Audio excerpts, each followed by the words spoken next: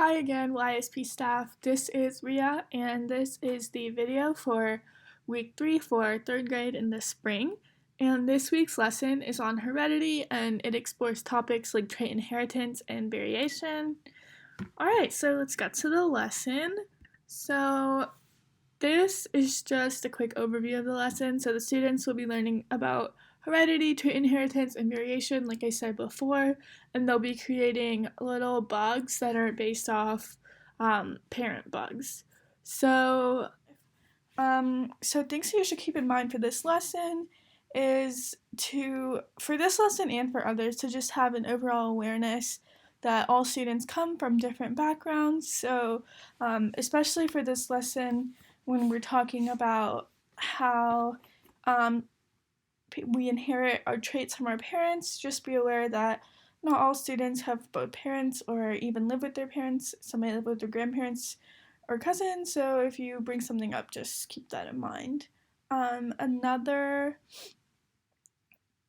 thing that is good to do for this lesson is to show pictures. So if you want to show you and your own family, or if you don't, I think just in general pictures of how people from the same family can have the same type of hair, same color of hair, same color of eyes, stuff like that. So for me, I got to show how I have black hair and brown eyes like my parents, and I'm also really tall because they are as well. And the kids always get super excited about this. And yeah.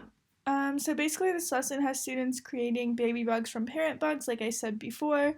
They are choosing the color, the body shape, the eye color, the antenna color, based on the two parents that you make. So that is my other recommendation, to make the parent bugs yourself before heading into class, so that they can see the parent bugs and base theirs off of those. Another thing that is helpful for this lesson is that there isn't really any glue needed. So for the eyes, at least the ones that I had, they are actually stickers, so you can peel off the back and stick them on, which is super easy. And then what we ended up doing with the pipe cleaner, since they weren't sticking with the glue, was that we stuck them, like poked them up through the paper and kind of folded them over. I have a picture on the next slide, so I can point that out in a sec. But most students were able to do this. So yeah, and then they held together much better than I think they would have with glue. And I guess if you have tape, that could also work too. So here's the picture I was talking about. On the right, you can kind of see the little green pipe cleaners poking through.